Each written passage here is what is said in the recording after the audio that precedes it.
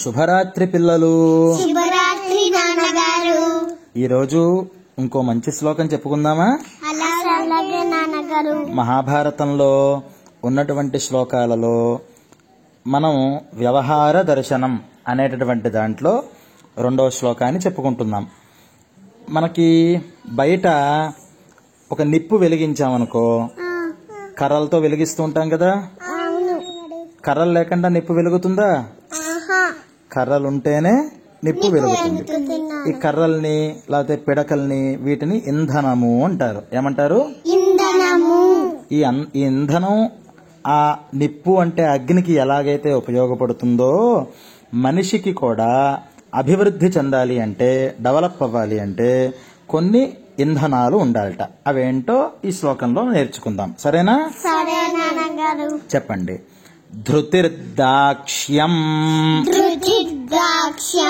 సంయమో బుద్ధిరాత్మా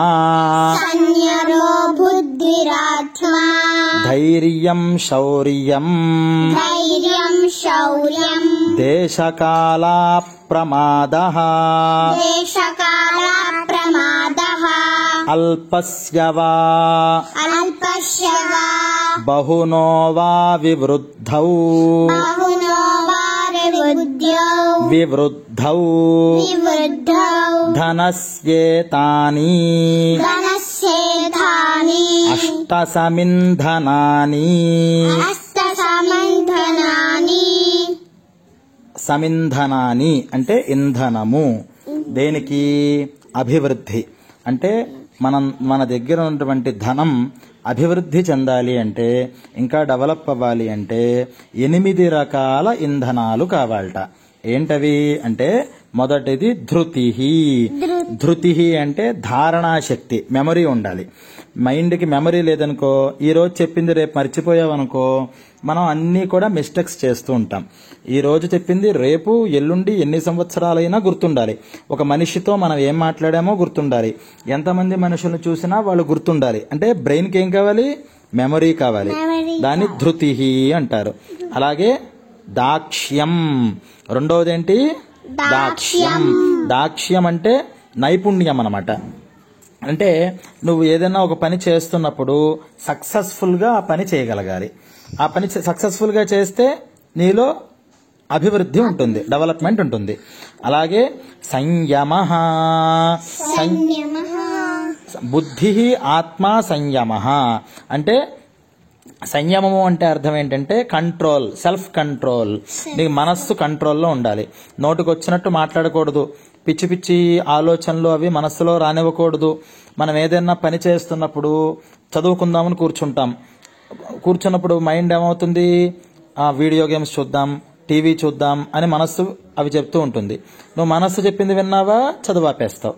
development చదువులో ఉండదు. అందుకని చదువుకునే సమయంలో చదువుకోవాలి, ఆడుకునే సమయంలో ఆటల మీదే ఉండాలి. దాన్ని సంయమము అంటారనమాట. అలాగే బుద్ధి. బుద్ధి ఆత్మ అంటే మన బుద్ధి, శరీరము ఇవన్నీ కూడా నీ కంట్రోల్లో ఉండాలి. కూర్చుని చదువుకున్నప్పుడు కూర్చునే చదువుకోవాలి, తినేటప్పుడు కూర్చునే తినాలి. అటు ఇటు తిరుగుతూ సోఫాల్లో కూర్చుని, అక్కడ కూర్చుని, ఇక్కడ కూర్చుని తిరగాలి అని చెప్తుంది మనస్సు. శరీరం కూడా అలా పడుకుని చదువుదాం అనిపిస్తుంది. కానీ అవి వినకుండా సంయమంగా ఉండాలి అనమాట. ధృతి, దాక్ష్యం, బుద్ధి, ఆత్మ సంయమః. ఈ బుద్ధి సంయమనం, ఆత్మ సంయమనం ఉండాలి. అలాగే ధైర్యం. ధైర్యం అంటే ఏంటి? భయం లేకుండా ఉండడం. భయపడుతూ ఉన్నావనుకో, ఎవరితోనో మాట్లాడలేవు. నిర్భయంగా నీకు తోచిన విషయాన్ని అందరితోనూ నువ్వు చెప్పగలగాలి. ధైర్యం కావాలి. అలాగే శౌర్యం. శౌర్యం అంటే సెల్ఫ్ కాన్ఫిడెన్స్. నేను చేయగలను, నేను చదవగలను, నేను ఏ పనైనా చేయగలను అని మన మీద మనకి విశ్వాసం బలంగా ఉండాలి. రాయగలను అని ఉండాలి. దేశకాల ప్రమాద. తర్వాత ఏంటి? దేశకాల పరిస్థితులు ఏవైతే ఉన్నాయో అవన్నిటిని చూసుకుంటూ మనం అప్రమత్తంగా ఉండాలి. ప్రపంచం అంతా పరిగెడుతూ ఉంటే నేను మాత్రం ఇక్కడ పడుకుంటాను అంటే నడుస్తుందా? నడవదు. లోకం ఎలా వెళుతోందో లోకరీతి బట్టి మనం వెళ్ళాలట. అలా ధారణాశక్తి ఉండడం, నైపుణ్యం ఉండడం, మనస్సు ఇంద్రియాలు తన వశంలో ఉంచుకోవడం, బుద్ధి, శరీరము, ధైర్యము, శౌర్యము, అలాగే దేశకాల పరిస్థితులు బట్టి అప్రమత్తంగా ఉండడం అనేటటువంటి 8 గుణాలు ఏవైతే ఉన్నాయో ఇవేం చేస్తాయంటే అల్పస్యవా బహునోవా వివృద్ధౌ. కొంచెం ధనం ఉన్న, కొంచెం చాలా మంది ఏమంటే మధ్య తరగతి వాళ్ళు ఉంటారు, అంటే వాళ్ళ దగ్గర కొంచెమే ధనం ఉంటుంది. పేదవాళ్ళు అంటారు చాలా తక్కువ ధనం ఉంటుంది. వాళ్ళు కానీ బహునోవా చాలా ధనికులు చాలా మంది ఉంటారు, వాళ్ళకి కానీ వివృద్ధౌ అంటే ఇంకా ధనాన్ని వాళ్ళు పెంచుకోవాలి అంటే ధనస్యేతాని అష్టసమింధనాని. ధనము అంటే డబ్బు కానీ లేదా అభివృద్ధి కానీ వాళ్ళకి పెరగాలి అంటే ఈ 8 రకాలైనటువంటి ఇంధనాలు ఉండాలట. నిప్పుకి ఎలాగైతే సమిధలు, పిడకలు ఇవి ఇంధనాలుగా ఉంటున్నాయో మనిషి డెవలప్ అవ్వాలంటే, సామాజికంగా డెవలప్ అవ్వాలన్నా లేదా ఆర్థికంగా డెవలప్ అవ్వాలన్నా ఏం కావాలి?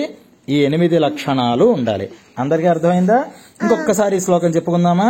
సరే నాన్నగారు. చెప్పండి. ధృతి, దాక్ష్యం, సంయమో, బుద్ధిరాత్మా, ధైర్యం, శౌర్యం, దేశకాలా ప్రమాదః, అల్పస్య వా బహునో వా వివృద్ధౌ ధనస్యేతాని అష్టా సమింధనాని. అది ఈ శ్లోకం నేర్చుకుని దీన్ని మనస్సులో పెట్టుకుంటే మనం సమాజంలో అభివృద్ధిలోకి వస్తాం. సరేనా? అందరికీ శుభరాత్రి చెప్పండి. శుభరాత్రి.